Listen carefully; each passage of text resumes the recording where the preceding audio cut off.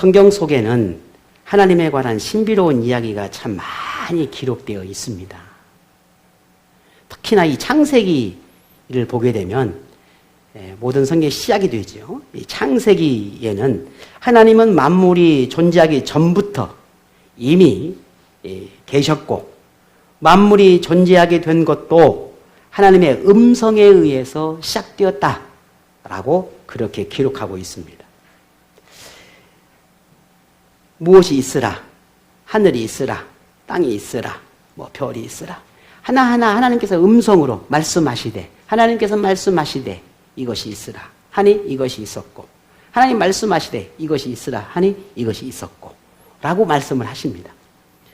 그 모든 하나님의 음성, 소리, 하나님의 음성에 의해서 이 모든 만물이 시작됐다는 겁니다. 이러한 하나님의 음성은 오늘 창세기에 기록된 이 순간에만 존재했느냐? 그렇지 않습니다. 하나님의 음성은 현재에도 여전히 존재하고 있고, 그 하나님의 음성이 지금도 존재하고 있다라고 하는 그 증거로는 우주 만물 속에는 질서가 존재하게 되는데, 이 질서를 유지하고 있는 것이 하나님의 음성입니다. 왜냐하면 처음에 하나님이 창조할 때도 하나님의 음성으로 창조하셨고, 그리고 지금도 이 우주 만물 속에서는 그 질서를 유지하고 있는 것이 하나님의 음성이라는 거예요. 시간, 분초라고 하는 시간인 낮과 밤, 이 모든 것들이 그냥 자연스럽게 되어지는 것 같아도 그렇지 않습니다. 하나님의 음성에 의해서 이게 유지되고 질서가 파괴되지 않습니다. 그뿐이 아닙니다. 또 하나의 증거는 오늘 우리가 그토록 좋아하는 이 성경입니다. 성경 좋아하시죠? 좋아한다니까 나는 안 좋아하는데 하신 분 그렇지 않죠. 우리가 그토록 좋아하는 성경, 이 성경도 하나님의 음성의 증거 중에 하나라는 겁니다.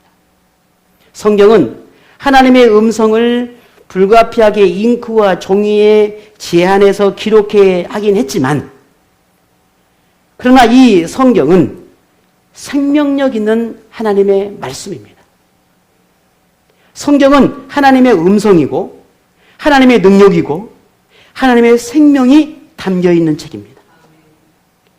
성경이 생명력을 가진 것은 과거 어느 시점에, 어느 한 날에, 어느 한 순간에 음성으로 들려준 그 하나님의 말씀이기 때문이 아니라 지금도 여전히 하나님의 음성으로 존재하기 때문에 이 성경은 생명력이 있는 것입니다. 만일 이것이 하나의 문자로 끝나버렸다면 이것은 우리가 흔히 다른 책과 크게 다르지 않습니다. 그런데 우리가 보여주는 이 작은 책 한 권 안에 문자가 아니라 이 성경 속에서는 하나님의 음성이 존재한다는 거예요. 이것을 히브리서 4장 12절에 이렇게 기록해 놨습니다. 하나님의 말씀은 살아있고 활력이 있어 좌우에 날선 어떤 검보다 예리하여 혼과 영과 및 관절과 골수를 찔러 쪼개기까지 하며 또 마음의 생각과 뜻을 판단하신다 했습니다. 이게 하나님의 말씀이라는 거예요. 어떻게 이런 책이 한 권이 그럴 수 있는가라고 할 때 우리는 이 책이 하나님의 음성이기 때문에 가능한 것입니다. 인류 역사상 사람이 기록한 것 중에 소위 명작이라고 불리는 많은 책들이 있지요. 그런 책들을 통해서 사람들에게 선한 영향력을 가진 것도 있습니다. 하지만 책 한 권에 인생과 생명을 바칠 만큼 중요하게 여겼던 책은 없습니다. 그 한 권의 책이 바로 성경입니다. 성경을 전하고 성경을 나누기 위해서 자신뿐만 아니라 자기 가족의 삶까지 함께 희생하면서 낯선 사람, 낯선 나라, 민족에게 모든 것을 내어주었던 수많은 하나님의 사람들이 있습니다. 지금도 우리는 이 대한민국이라고 하는 곳에서 목회자의 삶이라는 게 그저 교회에서 사례비 주고 아니면 교회에서 뭔가 예우해주고 그렇게 해서 당연히 목사는 희생하고 당연히 목사는 그렇게 하니까 교회를 위해서 또 성도를 위해서 당연히 그렇게 삶을 살아야 된다고 생각을 합니다. 그게 당연한 게 아니에요. 나름 목회자도 또 해외나 수많은 곳에서 하나님 말씀을 전하는 그들도 하나님께 받은 사명을 가지고 살아가는 것입니다. 그를 위해 기도하고 동역하고 협력하는 거, 그게 우리의 몫이에요. 당연하게 여기고 그렇게 해야 된다고 요구하는 게 당연한 게 아니라 그런 삶을 살아가는 그들을 위해서 기도해 주는 게 그게 당연한 거예요. 그들 동역해 주고 협력해 주는 게 그게 당연한 거예요.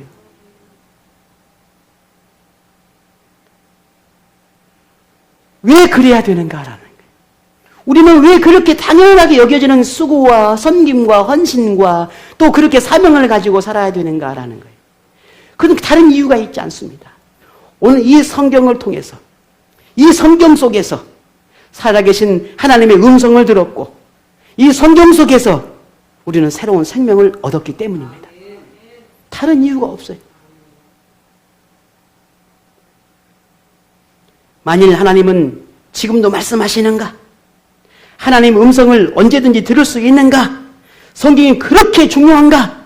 라고 묻는다면 우리는 이러한 물음에 대답을 찾는다는 것은 뭐 그렇게 어렵지 않습니다.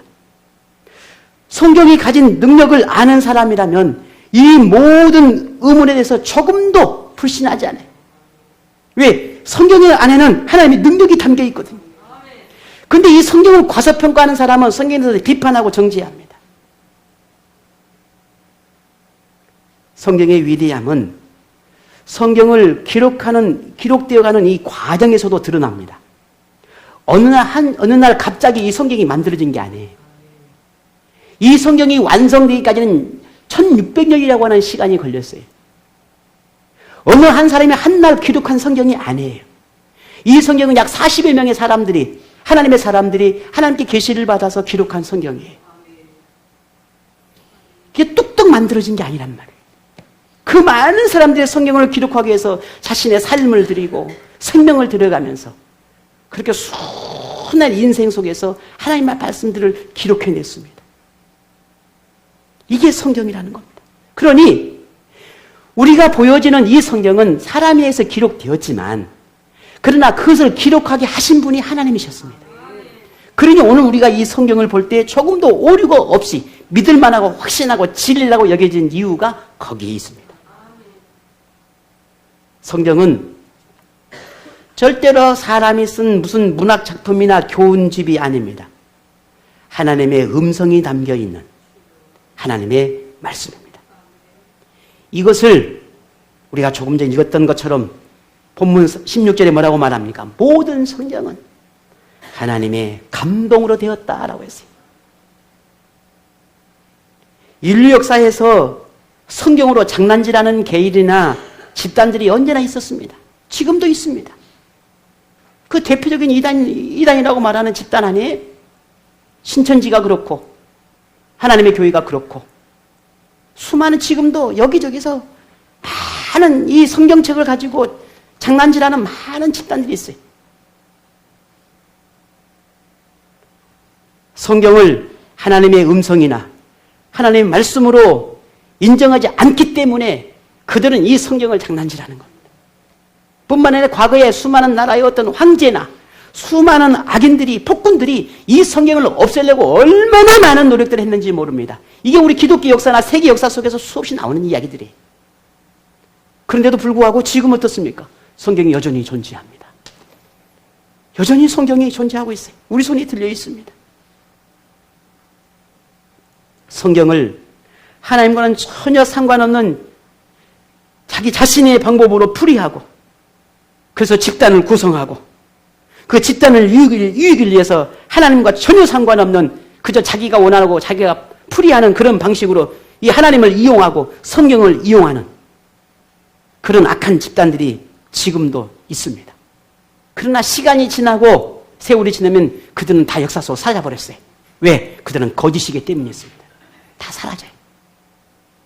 신천지 지금도 한때는 난리쳤어요. 지금도 전국에서 그러니까 이 과거 옛날 이 코로나 이전처럼 이제 전도하고 막 난리 났어요. 전국의 대학생들이 난리 나면 새내기들이 난리 났어요.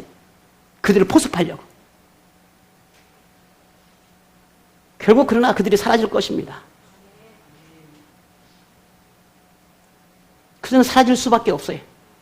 왜? 거짓이니까.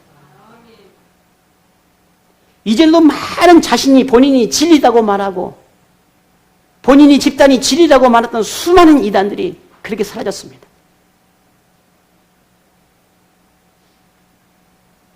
성경은 이 땅에 누구도 훼손하거나 거짓으로 꾸미려 하거나 자기의 이익을 위해 이용하려 하거나 모독하고 모욕할 수 없습니다.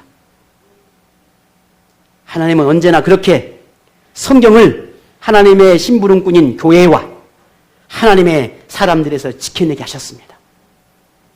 수천 년이 흐른 지금에 이렇게 우리가 성경을 볼 수 있는 이유가 바로 하나님께서 하셨기 때문입니다. 자, 그러면 하나님이 이토록 성경을 이 시대에 지키고자 했던 이유가 뭘까? 이거 하나 뭐 지켜낸다고 뭐 다른 게 뭐 있을까? 아닙니다. 성경이 하나님의 음성으로 기록한 말씀이라면 그 내용이 하나님이 자신을 위해서 기록한 것은 아닐 것입니다. 분명 하나님은 여기에 담아둔 이 모든 진리가 누군가를 향해서 하신 말씀이라는 겁니다. 그 누군가는 이 말씀을 들어야 했습니다. 그 누군가가 누구냐는 거예요. 하나님은 누구를 위해서 이 말씀을 기록해 놓으셨겠냐는 거예요. 누구를 향해서 이 말씀을 이렇게 성경을 왜 주셨겠냐는 거예요. 그것은 이 땅의 모든 인류이며 그리고 오늘 저와 여러분입니다. 오늘 저와 여러분을 향해서 이 말씀을 기록해 놨고 이 말씀 속에서 하나님의 음성으로 지금도 말씀하고 계시는 겁니다. 하나님은 우리가 꼭 알아야 하는 아주 너무너무 중요한 이야기를 이 신구약 2권의 성경에 다 담아 두셨습니다. 이런 하나님의 뜻을 발견한 사람들은 자신의 생명을 내어놓고라도 성경을 악으로부터 지켜내고자 했고 나라와 민족을 뛰어넘어 모든 곳에 가서 하나님의 말씀을 전하고자 했습니다. 지금도 전 세계 어느 곳에든 성경 속에 담긴 이 진리를 외치며 하나님의 뜻을 전하는 수많은 교회와 하나님의 사람들이 있습니다. 이토록 전 세계 모든 교회와 하나님의 사람들을 지키며 전하도록 했던 이 하나님의 뜻, 이 하나님의 음성이 기록한 이 하나님의 말씀, 이 성경 속에 너무너무 중요한 진리가 담겨 있는데 하나님이 이 성경을 통해서 우리에게 반드시 전하고 싶은 그 진리가 있는데 그것은 하나님의 구원 계획이라는 겁니다. 인류를 향한 하나님의 구원 계획. 오늘 저와 여러분을 위한 구원 계획이 이 성경 속에 담겨 있다는 겁니다. 우리가 잘 아는 것처럼 성경 속에서는 인류가 죄인이라는 것과 하나님만이 인류의 죄를 깨끗하게 하실 수 있는 유일한 분이라는 사실을 오늘 이 성경 통해서 알 수가 있습니다. 그런 인류에게 구원자를 보낼 것을 선지자를 통해서 예언을 합니다. 하나님을 통해 죄의 용서함 받을 수 있는 비결에 대해서 하나님께서 말씀하셨습니다. 그리고 그 구원자는 하나님이 예언을 이루기 위한 그 때가 되면 이 땅에 인간의 형상을 입고 보낼 것이라는 것을 분명히 말씀하셨지요. 그리고 그가 예수 그리스도다라고 말씀하셨습니다. 그것이 구약 성경이에요. 하나님의 이러한 구원 계획은 예수 그리스도를 통해서 완성될 것이고 누구든지 예수 그리스도를 믿기만 하면 그들에게 하나님께 약속한 그 구원을 허락하실 것이다 하셨습니다. 이와 같은 하나님의 뜻을 요한복음 20장 31절에 이렇게 우리에게 말씀하셨습니다. 오직 이것을 기록함은 오직 이 성경을 기록한 것은 그 이유를 말씀하시는데 너희로 예수께서 하나님의 아들 그리스도이심을 믿게 하려 함이요 또 너희로 믿고 그 이름을 힘입어 생명을 얻게 하려 함이라 했습니다. 그래서 오늘 우리에게 이 성경을 주셨다라는 거죠. 이것이 우리가 바로 신약 성경입니다. 하나님의 구원 계획은 무슨 하나님이 특별히 선택한 무슨 비밀 요원에 의해서 진행되는 무슨 첩보작전 같은 그런 구원 계획이 아닙니다. 이단들의 특징이 뭡니까? 이단의 교주만이 그 구원의 비밀을 가지고 있다고 말하는 거거든요. 신천지가 그렇고 수많은 이단이라고 말하는 모든 집단들의 공통점은 그 교주만 구원의 진리가 알고 있고 그 교주만 구원의 방법을 알고 있다고 말하는 겁니다. 그러나 성경 어디에도 그들에게만, 그 사람에게만, 어느 특정한 사람에게만 구원 계획을 알려주지는 않았습니다. 이 성경의 모든 진리의 말씀이 모두에게 열려있고 누구에게든 열려있고 누구나 믿으면 누구나 알 수 있도록 그 모든 진리를 이 성경에 담아두었어요. 그래서 오늘 우리가 그렇게 이 성경 속에 있는 이 놀라운 구원 계획을 우리가 알았기 때문에, 내가 그걸 믿었기 때문에 하나님께서 그 약속을 우리에게 지켜주신 것입니다. 그래서 저와 여러분 이곳에 있는 겁니다. 뿐만 아니라 성경 속에는 그렇게 우리에게 구원의 진리만 있는 게 아니라, 뿐만 아니라 예수 그리스도를 믿는 모든 그리스도인이 어떻게 그리스도와 어떻게 하나님과 동행하며 살 수 있을지, 그 삶에 대한, 어떤 삶을 살아야 되는지에 대한 말씀도 가르쳐 주셨습니다. 그것이 오늘 본문 16절, 17절 말씀이에요. 우리 한 번만 다시 한번 읽어보겠습니다. 같이 읽어봅니다. 모든 성경은 하나님의 감동으로 된 것으로 교훈과 책망과 바르게 함과 의로 교육하기에 유익하니 이는 하나님의 사람으로 온전하게 하며 모든 선한 일을 행할 능력을 갖추게 하려 함이라. 아멘. 성경은 모든 사람이 반드시 읽어야 하는 하나님의 편지입니다. 성경은 어떤 특정된 사람이나 특정 집단에게만 전해져야만 하는 그러한 특별한 사람만 읽을 수 있는 그런 암호화된 그런 비밀 문서가 아니라는 말입니다. 다시 말씀드리지만 이단들이 항상 하는 말이 뭐예요? 자기만 알게 된 비밀이 있다는 거잖아요.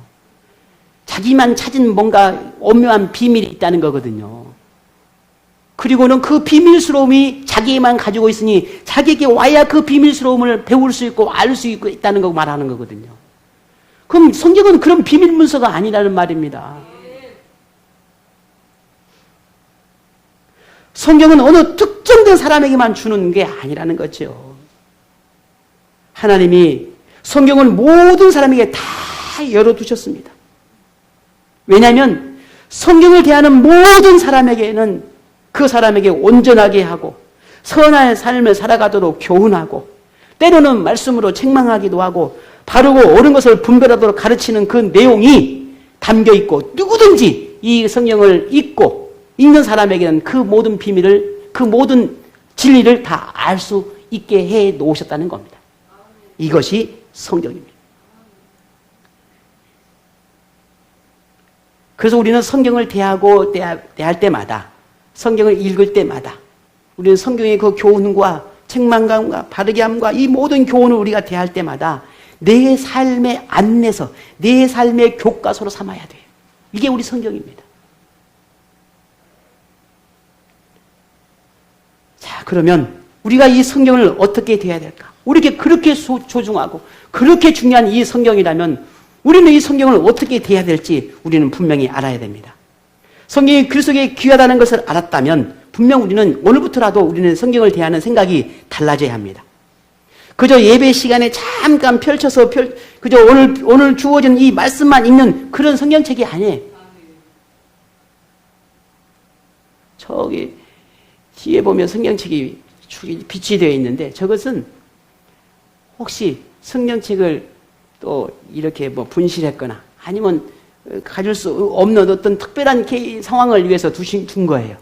성경을 예배 끝나고 저기다 성경책을 두고 가거나 아니면 예배 끝나고 성경책을 차 뒤에 어디 트렁크에 올려놓거나 아니면 성경책을 가서 집에 가서 어디 그냥 높은 데 두거나 그냥 아니면 화장실에 두는 경우도 없겠지만 그리고 마구잡이로 그렇게 두서 그냥 그저 성경 예배 시간에 와서 끼고 와서 그냥 한 구절 딱 읽는 그런 정도의 성경이 돼서는 안 된다는 말이죠.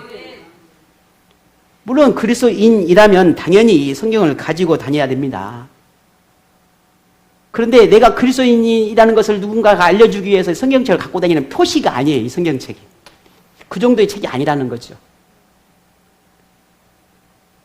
성경은 우리를 향한 하나님의 음성이라 했습니다.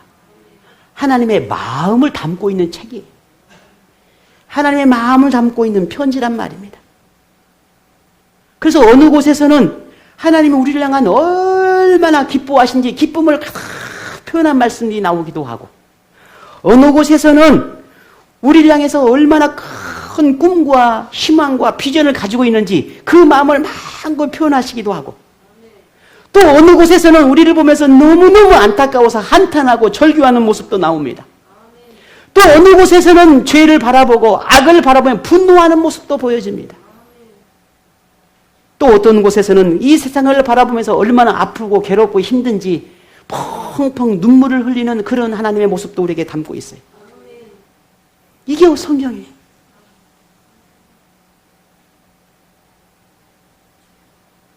그 모든 하나님의 모습들, 그 모든 하나님의 표현은 오로지 우리를 향한 사랑이고 우리를 그만큼 아끼고 소중히 여긴다라고 하는 하나님의 그 마음을 담고 있는 겁니다.